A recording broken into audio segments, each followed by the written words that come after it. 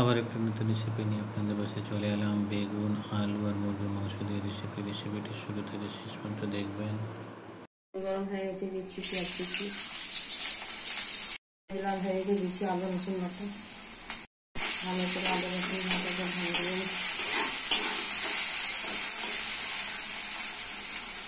রসুন লাল হয়ে গেছে।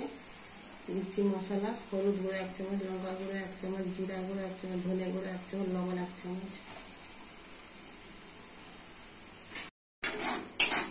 মশলা ভালো করে কষে নিতে হবে। মশলা কষা হয়ে গেছে, দিচ্ছি মুরগির মাংস, ভালো করে কষিয়ে নিতে হবে। মাংস কষা হয়ে গেছে, দিচ্ছি বেগুন আলু, মাংসটাকে ভালো করে কষিয়ে নিতে হবে। বেগুন আলু এইভাবে কষে কষে রান্না করে নিতে হবে।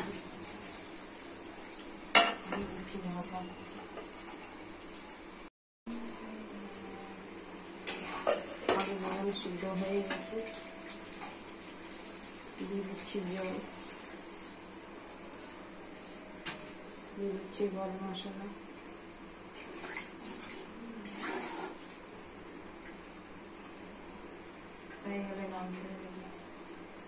রেসিপিটি রেডি হয়ে গেছে। কত সুন্দর, কত টেস্টি। বাড়িতে বলে খাবেন, পরিবারকে বলে খাবেন। সাবস্ক্রাইব করবেন, সঙ্গে থাকবেন, পাশে থাকবেন।